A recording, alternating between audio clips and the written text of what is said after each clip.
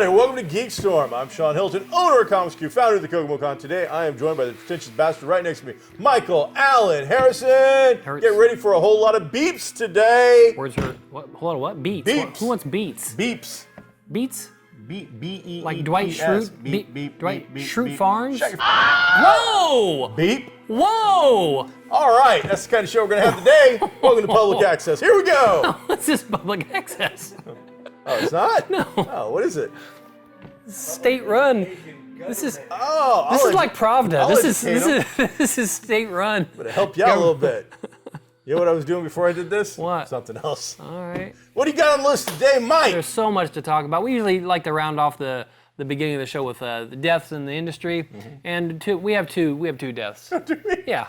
All right. Over at DC, over at Warner Brothers, you've got New Gods, Ava DuVernay's New Gods, and the James Wan's Aquaman spinoff called The Trench. Those are both dead in the water. They're not happening. You went too fast on the second one. I actually do want to hear that. The what spinoff? James Wan's Yeah, I know him. Aquaman spinoff. Aquaman. Okay. The Trench. Those were those creepy little piranha dudes. Yes. In the comics, they're Aliens great. underwater. Yeah, they were Aliens really underwater. cool in the comic book. They were. In the movie, they're pretty cool too. Yes. But I didn't know they were doing a whole spinoff with them. Yes, Is James Wan involved with X-Files? Was he one of those guys? No, Or is that's Wong. Wong? Yes. Okay.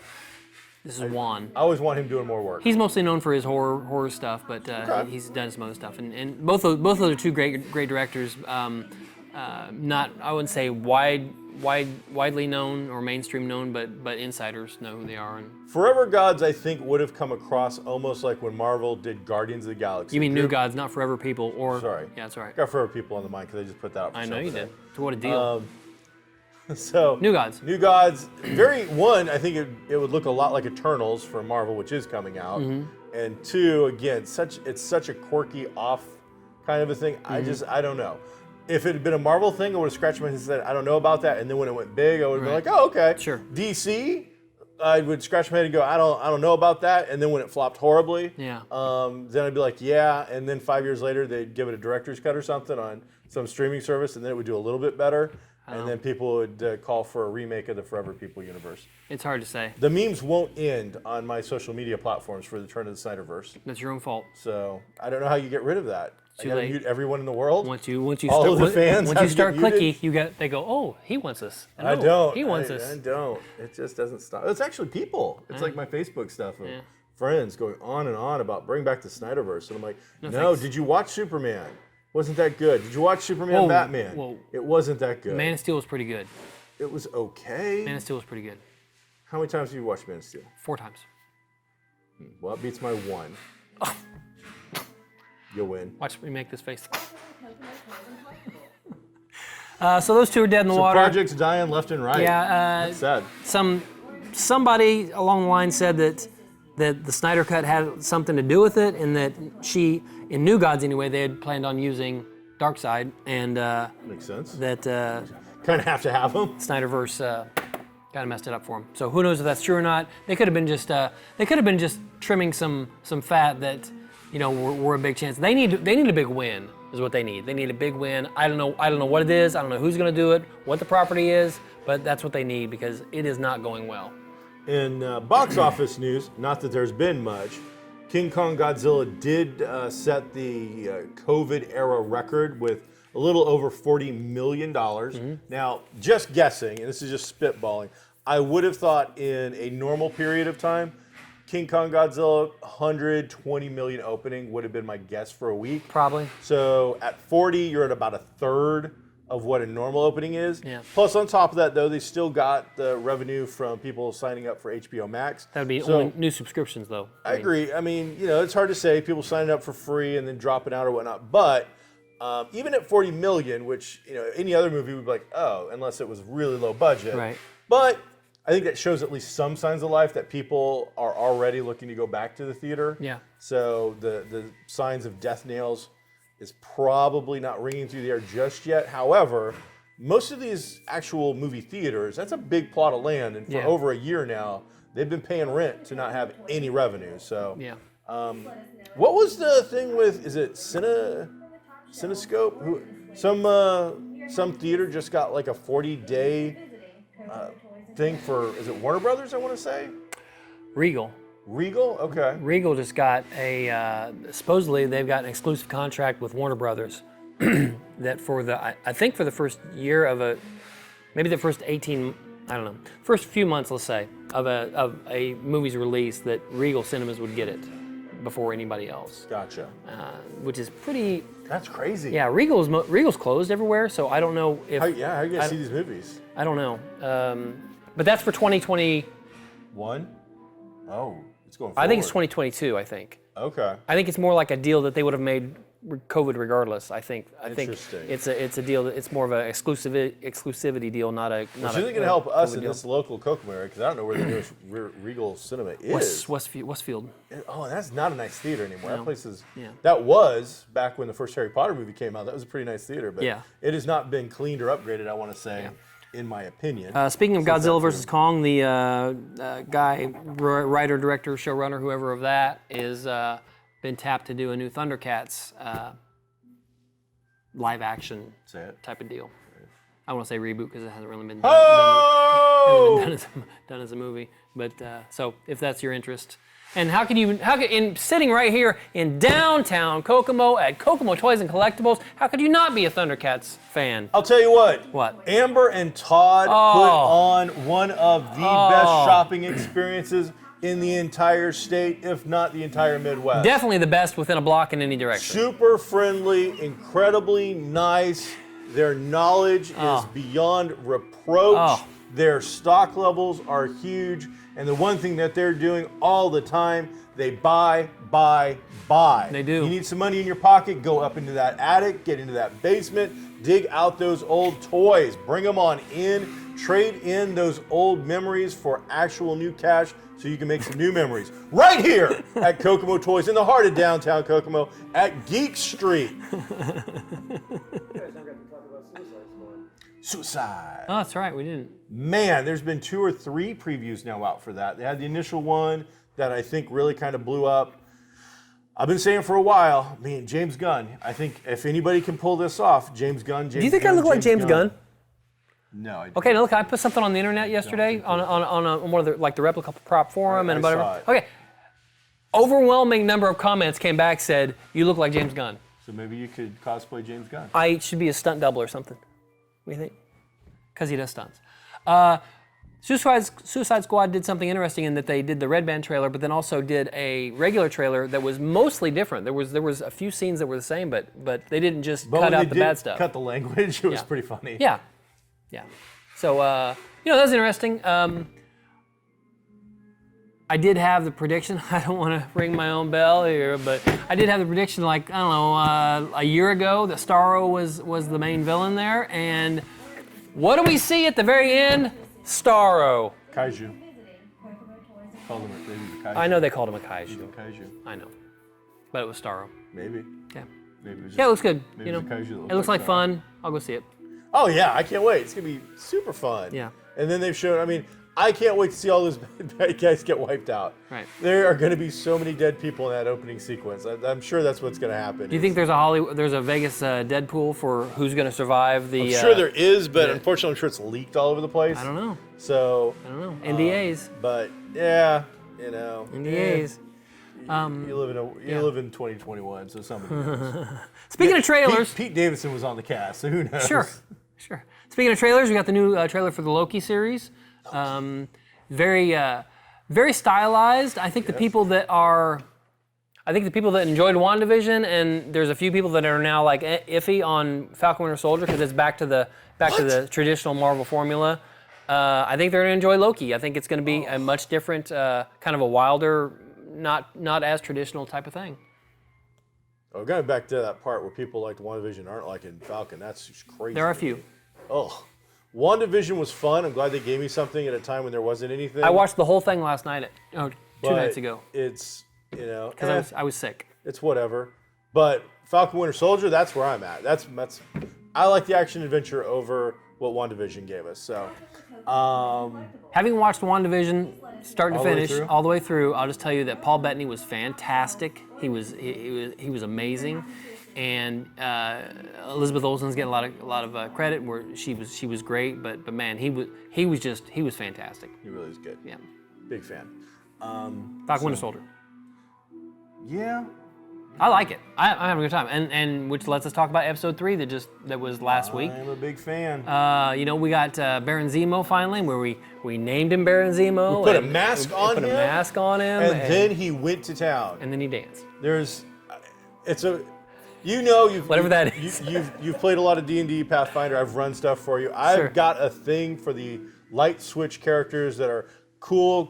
Right. You've done whatever it is that flips the light, and then it's lights out, and they lose their shit, and everything happens. Right. When he put on that mask and did that, I'm like, yeah, that's. I mean, the fact is Baron Zemo in the comics is a conniving, planning, long-term goal. Yes. He's there for all that. But on the other side of things, when somebody needs Cap's throne, he is the guy that's going to just put people down and not worry about leaving fertilizer in the field. He does not care. So we've got. And so that was awesome. According to that episode, anyway, we've got 20 doses of the super soldier serum out there. Okay, we know of 8. They've said there's 8 that they know of. That went into that cell group. Yeah, the Flag Smashers.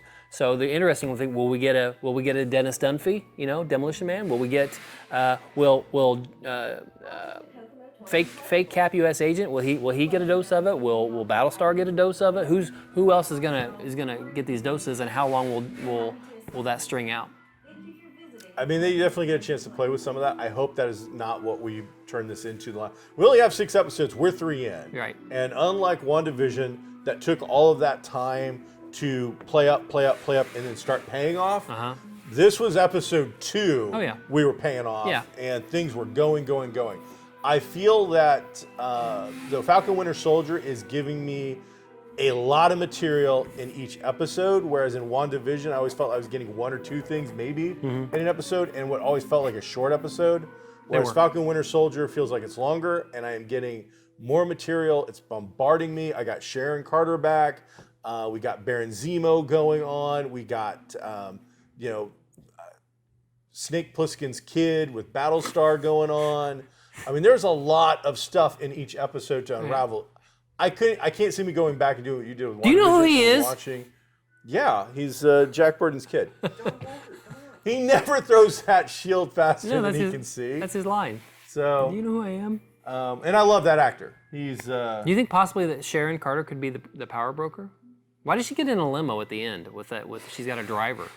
I don't know. I mean, the truth is maybe she's turned, but. Could be. Yeah, I don't know on that. And honestly, there was so much going on bombarding you that it was a little hard to keep up with all the little nuances. I mean, that big ending, though, was like, oh, it's you. Yeah, we're going to have an issue with this. Yes. So I thought that was pretty cool. Yeah. The including of you heard the Wakanda music, and you saw those little beads, and I never noticed those little beads before, and I just watched again. I was sick, so I watched a bunch of Marvel stuff yesterday, and I watched Infinity War, and those beads are the same ones they wear around their bracelet, and they have all kinds of technical stuff and everything, and so he's picking them up here and there, and oh, cool. So I was just waiting to see who is it, which Wakandan. And she wasn't like a name, although she has a name in the movies. She wasn't like somebody that got any real screen time. Yeah, well, it wasn't Shuri and it wasn't Denai the Guerrera, leader. right? So, but it was still kind of cool. I think I couldn't tell if she was the love interest to T'Challa or not, though. No, that wasn't chick her. He saves and. I think she's the one that we see in Civil War when they're all in the parking garage walking out to the car, and there's a woman there, and Black Widow walks up, and they kind of face off for a second. I think that's who it was. Okay, that makes sense. So she'd be like the Royal Guard kind of thing. Yes. This is her job. Like you kill McCain, he's not walking away from Exactly. this. So yeah, I see Wakandans getting their hands on Baron Zemo at some point. Sure, they might. I don't think it ends well for him. Might not. He's again long-term planning. Either way, great stuff. Marvel Disney Plus is definitely setting the bar and giving a lot of love. But that's not. I mean, at this point. I went from living as a child with, I got a D&D cartoon, and I think at one point, the Flash live action. Yeah, you got Thundar. That was very much like Star Wars and Conan. Love Thundar. And you got, once in a while, well, you got, Super Friends, Superpowers if you wanted that. You had some cartoons. Yeah. Now Yeah, you did have the Incredibles. Yeah. Dun, dun, You know, stuff like that would pop up. Yeah. But now I can't turn on a night of television Right. and not find Yes. live action or almost rated R cartoons or Yeah. something. I went over to Buddy's house last night. We watched Invincible episode 4. What? 4? The first 3 came all out at one time. So it's Oh, number 4. okay. Sorry. So yes. first 3 episodes dropped in one night. Yes. So this newest one is 4, and then Yeah. Friday we get number 5. Right. Animation is great. I've said it before. We're going to keep saying it. The voice acting is, they just went out and got everybody they wanted. It's one of the best ensemble casts ever. So the everything about it's really, really good. Mm-hmm. And they've really played up pretty well. If you've seen the first 3 and now we're on 4, you know that there's a big twist right in the first episode or 2 where somebody goes on a murderous rampage. Well, it's episode 4, and we still really don't have a good clue or a reason Do we know how many why episodes he this did is? what he did. I don't. I have not looked into that. I wonder how many. So, I mean, it's going to get a season 2. I can't see it not. Yeah. And so this has put Prime back on my map. I actually don't watch a lot of Amazon Prime stuff, and I know they've got some good material. The only one I probably know less about is the iPhone or the Apple TV. Or, Apple has got, it started out okay, and it had like a kind of a sci-fi-ish thing with Jason Momoa called C. the mute people or the blind people. And that was good. What they've got right now is Ted Lasso, and it is fantastic. Ted Lasso. Ted Lasso is a I have no clue. Jason Sudeikis, kind of a sitcom-y thing, but it's an American college football coach who became a YouTube sensation for doing a dance with his guys, and that's all he's famous for. And he is recruited by a English soccer team to be their new coach. He knows nothing about soccer, okay? And so that trailer alone, I didn't watch it. It's been out for a while, and We aren't sports guys No. in any stretch. I was so- like, okay, whatever. So I did watch the first episode one night, and it was I'll say it's delightful. It was a wonderful show. perfectly splendid. It was, besides him being fish out of water, at first it had a major league vibe to it, where the female owner, recently divorced of the team, didn't want the team to succeed, so she hired this clown, and that's where it went. But it quickly turned away from that and became just a really... Tom Selleck goes to Japan to play baseball? Well, he had a chip on his shoulder, okay? This guy, Ted Lasso, is just the most positive. You just love this guy right off the bat. It's amazing. I highly recommend I've checked this. I don't Ted have Lasso. access to that, but I might check Ted that out. Lasso. Okay, I can find access Ted Lasso. to that. So Ted Lasso. been some really good. Again, there's just so much out there right now. It's impossible to get away from. There's a lot. There's a lot of stuff. There's a lot of stuff. Real quick, we got a kind of a teaser for Picard, in which they teased the character Q. To me, that's jumping the shark, and I hope it's the last season anyway. The first season was just okay. The first season, they threw in the tidbits from the old days where we wanted to see some characters. I would have been okay if that would have been the final season, the only season of Picard. Does it have a conclusion? The first season? Yeah. Yeah, I mean, the MacGuffin, that all happens, yeah. I got my free COVID version of it when they did the month for free when COVID hit. And I was like, all right, we're going to watch Picard. And I want to watch Picard. It's been a year later. I'm still paying for it. I still haven't finished Picard. You're the sucker they wanted, exactly. Exactly it. But the other thing is the show's just not good. I like Star Trek. It was just okay. I enjoy Star Trek.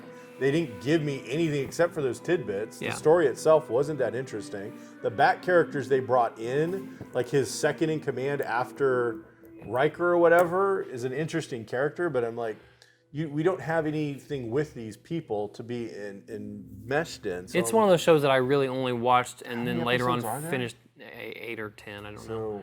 So I finished it because I knew people would be talking about it and I wanted to be able to speak about it, but it's not something that I was like, oh man, I can't wait for the next episode of Picard, for sure. yeah, I missed out, and honestly, I don't think I care. I need to cancel Paramount Plus, and the only thing I've liked from them has been Under Decks or Below Decks, the Star Trek cartoon. That's hilarious. Discovery is really good. I would say Discovery Season 2 has been my favorite of any of them, and 3 was just okay. Is this 3 right now or 4? Or 3 is out and done. Okay. Hey, I need to go back and check that out. Yeah. I'm sorry. Season 2 is when they introduced Pike, and he's getting his own show I really like. to boldly I've go. always liked Pike. Yeah. So And he's great. Oh, he became my favorite captain right there. well, I haven't even seen it, and Pike's my favorite captain based just on the Cage. Yeah. So Yeah, I like that's that good. original version. A little more hardcore sci-fi back then. All right, what else you got? Here's a list. Let's do it. We're almost done, actually. Back on Netflix, we've got coming now later this month, if not the 1st of May, you've got Jupiter's Legacy, which is a... How's that back? Has that been out before? What do you mean? Jupiter's Legacy? What do you mean? What's back? You said it's back. I said that? Yeah. Okay, I didn't mean it. Okay. It's, Like, if I did said I it... miss something? Luckily, we record this, so I'll find out later on when I watch it myself. I'm right. It's cool. Jupiter's Legacy is a comic book. Didn't have a lot of fanfare or a lot of attention, really, but it was, Mark Miller is very famous in the comics to TV realm, and so he got this made, and it looks pretty interesting. I'd say the Mark Millar fans have Who? Mark Millar. Who? Yeah, Millar. That's not his name. All right. Go ahead.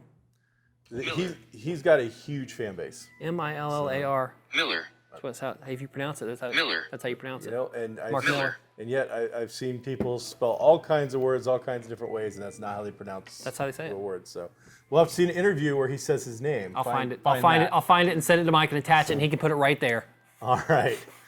He has got a huge fan base in the comic scene, and those fans are very loyal to him. Yeah. So whereas I might not sell 100 copies of one of his books, the same 6 people who bought the previous series Right. of, and not Jupiter's Legacy, like, Mark Millar's Takes a Dog for a Walk book is going to sell the same amount of copies as, Kick-Ass Sure. and some others. He's got a few others coming out Yeah. that I'm actually really looking forward to. Jupiter's Legacy for me is not. He has an exclusive one- deal with Netflix. Yeah, that's not the one I'm looking forward to. There was one, I think it's called Starlight, that's really, really sharp. There's one that he's done that's basically it's Buck Rogers.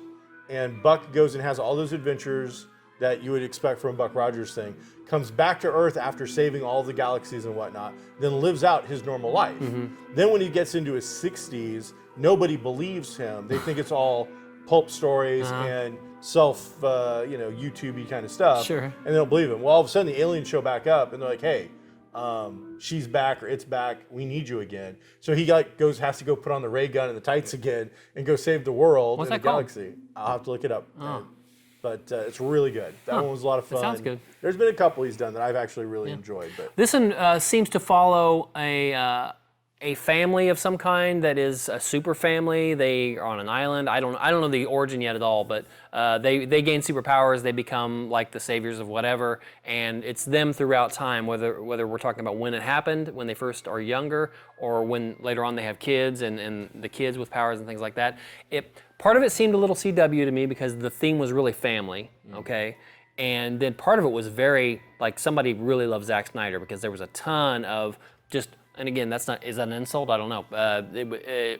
Amazing imagery and slow motion, and you're like, these are set pieces that this guy thought of, and then maybe even built the story around them because they look amazing. So I'll watch it. It looks good so far. I like Josh Duhamel. He's a decent actor. He's been in some crappy stuff sometimes, but Viva!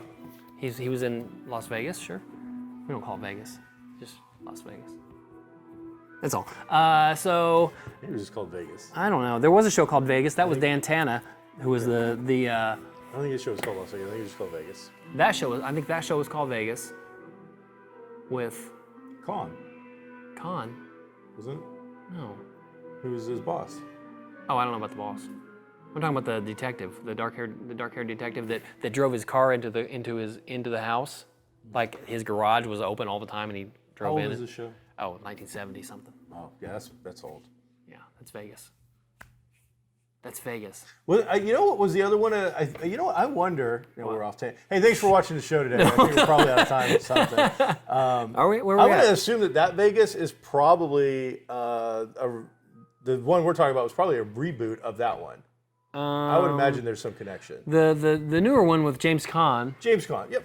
That's Caan? that's Yeah, that guy. that's. I thought you were talking about the old show. I thought No, he I've never could be- seen that in my life. Okay. That was called Vegas with Robert Urich. Was the old one. And Now, is Robert Urich the guy that killed his wife? No, Robert Urich was Spencer for Hire. yes, Okay. yes. But this was called Vegas. The one you're talking about was Las Vegas. Was it? Okay. You know what? I got that one wrong because I would have sworn that was just called Vegas too. Las Vegas. Josh Duhamel, James Caan. No, there you go. James Caan though. Was in it. Still wonder if they're not related. the shows themselves. They are not related. Well, they're set in a town called Las Vegas. Oh, see, that makes them related somehow. A couple more real quick things. Are we overtime? Okay. How much? 6? Oh, he said geez. stretch. He said stretch. That doesn't ever happen. No, it doesn't. Wow. Speaking of streaming services, Disney Plus has come up with a new Star Wars category called Star Wars Vintage, in which they're throwing a lot of their stuff that they don't necessarily want part of the canon, the new canon, but they do want you to be able to have access to it. So a lot of the old cartoons and the Ewoks and the specials, droids? yes. The droid cartoons, the Ewok specials, Ewok cartoons, and I don't know if the holiday thing will be on there or not, but definitely stuff that you might go deep diving for somewhere else. That they want to make sure you have a home to go and see it. So that's cool. Star Wars Vintage, look for that. We've got trailers for the Bad Batch have now hit as well, which is their current stuff in continuity until 20 or 30 years from now, where they decide it's not continuity anymore. But for now, this looks really good. It does bring in, I believe, Echo from the original from the original Clone Wars as a member. He was done in the little backdoor pilot they did for Clone Wars season 8 or whatever it was. And it looks really sharp, and it does look like it's taking place with bits and pieces before Order 69, is it? 66. 66, and then after Order 66. So it'll be interesting if any of the clones could actually do something after Order 66 and make a living. These guys come across like kind of a Clone Wars version of the A-Team. So it'll be interesting to see what they do with them. I've enjoyed them so far. Every time they do a new Star Wars cartoon, I loved Clone Wars, but when I first saw it, I'm like, that looks stupid. Then they canceled that and they went into Rebels. I'm like, well, Rebels looks like it's going to be for little children. I'm not going to like that at all. I love Rebels. I saw the Bad Batch stuff and I'm like, I don't know about this. This one looks a little out there. And the way they do it, though, if it's Wolf guy, who's the two guys in charge of Mandalorian? Filoni and Dave Jon Filoni. Favreau. If Filoni's behind it, I'm in. The guy he's got the love, he's got the passion. If anybody deserved to be passed the George Lucas baton, as far as I'm concerned, Filoni should be heading up Star Wars. He gets it, and he makes these things, and I think at this point whereas fans want to argue things, I just don't think there's any arguing with Dave Filoni and his passion for not only his love of Star Wars, but what he's accomplished. He's taken Ahsoka Tano from being a character that I would like to have seen dropped in a Sarlacc pit in her first episode to me willing to buy a $200 lightsaber replica to put on my shelf of Ahsoka Tano. She's that cool. So, Filoni, I think Filoni's great where he is. I would never want him to take the place of a Kathleen Kennedy just because he's so great on the creativity side. I'm afraid that having to be in charge of so many things, I got you. it would water him down. He wouldn't be able to give his attention to any one thing like he's able to do now. But he is great, and he's got. Oh, we got 3 minutes now. I can see that, and plus I would also be worried about maybe it breaking his spirit. Sure. That's just so much. Kathleen Kennedy gets a lot of crap. Yeah. She doesn't get when something goes right, she doesn't get the kudos, and when everything goes wrong, she gets all of the blame. Right. Now, I can definitely agree with a lot of people who don't like some of the direction that Star Wars has taken, but you know what? As fans, back in the 70s and 80s, we didn't have this kind of direct impact on stuff. Right. And I think that today's generation has got it, and even the older guys feel entitled to things that they're not entitled to. Right. You're entitled to a ride. Okay, you're entitled to sit there in your chair and enjoy what's going to happen, or not. Yes. But just because, the Snyder Cut opens up this can of worms that we've always had director's cuts and things like that have come out. Yeah. But the Snyder Cut really has given voice to a group of people in a way that I just don't know in the end. I mean, are we going to end up with a first Suicide Squad director's cut? Is that something that might happen now? I don't think so. But I hope not. I mean, how far back are we going to go with some of these things even, Is there going to be a Citizen Kane director's cut or something, He's dead. Is, Gone with the Wind going to get cut into the 6-hour version Also that dead. it was originally supposed to be done as?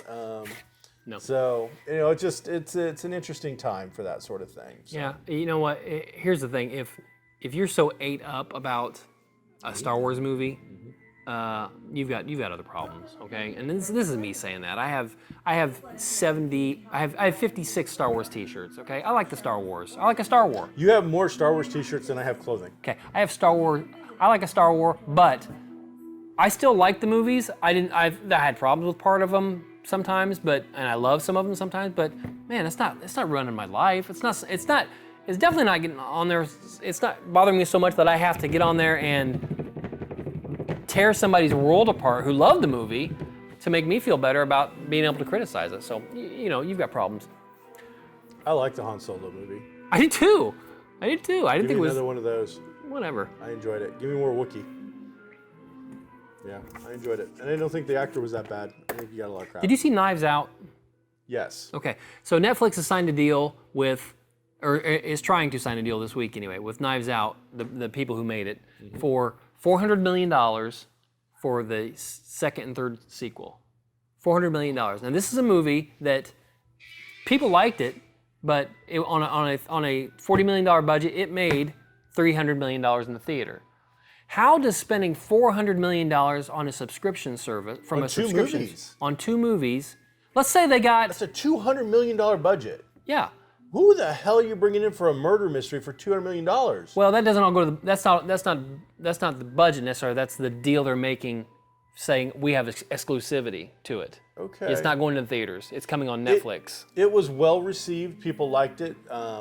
I thought I was going to love it. I liked it.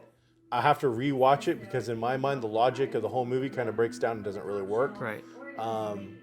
But that's me overlooking or over-investing and looking into things far deeper than I think. It's not like they're getting that box office money because they don't get we're keeping the movie from going to the box office, but they have to get $400 million worth of new subscribers or subscriber retention in order for that to be a good deal for them. And those aren't it's not a franchise I'm throwing my money at. The guys who threw, $400 million or whatever it was at Lord of the Rings. Right. I get that. That's got a built-in, and not just because I'm a fantasy guy. That has got an audience of Academy Awards. And they're trying to compete with Netflix. They're trying to get up to Netflix numbers. Netflix is there, okay? So they should be all about retention for sure, but to spend $400 million on something that you are not going to get your $400 million worth out of. You can't. My bean counting, I ain't counting those beans. You can't. I don't see that. Knives Out is not worth a $400 million investment in 40 movies. It's just, a lot of movies. It doesn't have it. So the only thing I think there is that each one will have the last one had some pretty good stars in it. Yeah. At this kind of money, I expect I don't even know who, Hollywood's been on vacation for a year and a half. So I guess The Rock has to be in every single one of these. Tom Cruise has to be in every. I honestly don't know who the Hollywood elite is. You've got to pull Jack Nicholson out of retirement to be in one of these. I'm not sure he's prepared for that. Those are the kind of names for this kind of money. Yeah. Hey everybody, don't forget, go to Comics Cubed and buy some stuff because I'm Sean, I own the place, and I need your money. We'll see you next time. Be groovy.